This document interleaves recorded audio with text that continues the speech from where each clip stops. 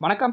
TNPSC வெற்றியாளர்களே, TNPSC exam group 4ல் கேட்ட ஒரு செம்ம இன்ட்ரெஸ்டிங்கான சம்ம தான் இந்த வீடியோவில் பார்க்க போகிறோம். Sunday equal to 2, Tuesday equal to 3, Thursday equal to 2 எனில் மண்டேவின் மதிப்பு என்ன அப்படின்ற மாதிரி கொஷின் கேட்டிருக்காங்க. நான் ஏற்கனவே சொன்ன போல் கொஷின் பார்த்தோன்னே உங்களுக்கு புரிஞ்சிருக்கோம் இது செம்ம இன்ட்ரெஸ்டிங்காக இருக்குன்னு சொல்லிட்டு. சண்டேக்கு எந்த வகையில் இவங்க 2ன்னு போட்டிருக்காங்கன்னு தெரியாது. டியூஸ்டேக்கு எந்த வகையில் கண்டுபிடிச்சி 3ன்னு கொடுத்துருக்காங்கன்னு தெரியாது. தேர்ஸ்டேக்கு எந்த வகையில் கண்டுபிடிச்சி 2ன்னு கொடுத்துருக்காங்கன்னு தெரியாது. ஸோ இது தெரிஞ்சால் தான் நம்ம மண்டேவோட வேல்யூவை நம்ம என்ன பண்ணோம்னாக்கா கண்டுபிடிக்க முடியும்.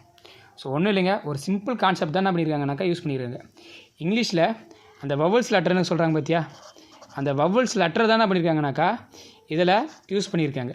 வவல்ஸ் லெட்டர் தெரியும், என்ன தெரியும், ஏஇ ஐஓ யூ, இந்த லெட்டர் வர மாதிரி தான் இங்கே என்ன பண்ணியிருக்காங்கன்னா கொடுத்துருக்காங்க. இந்த வவல்ஸ் லெட்டர் தான் சண்டேல எத்தனை வருதுன்னு பார்க்குறாங்க. சண்டே யூ வந்து வவல்ஸா, ஏ வந்து வவல்ஸா, அப்போ 2 எழுத்து வருது, அப்போது 2. டியூஸ்டேல வவல்ஸ் வந்து 3 வருது. நெக்ஸ்ட் தேர்ஸ்டேல எத்தனை வருதுனாக்கா வவல்ஸ் செக் பண்ணி பாருங்கள், 2 வரும். அப்போ மண்டேல இந்த வவல்ஸ் லெட்டர் வந்து எத்தனை இருக்குன்னு பாருங்கள்.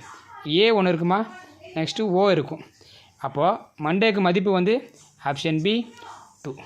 ஸோ இந்த வீடியோ உங்களுக்கு புரிஞ்சிருக்கும், பிடிச்சிருக்கோம், பயனுள்ளதாக இருந்திருக்குன்னு நினைக்கிறேன். பிடிச்சிருந்தால் சப்போர்ட் பண்ணுங்கள், சப்ஸ்கிரைப் பண்ணுங்கள், மற்றவங்களுக்கு யூஸ்னால் ஷேர் பண்ணுங்கள். நன்றி நண்பர்களே.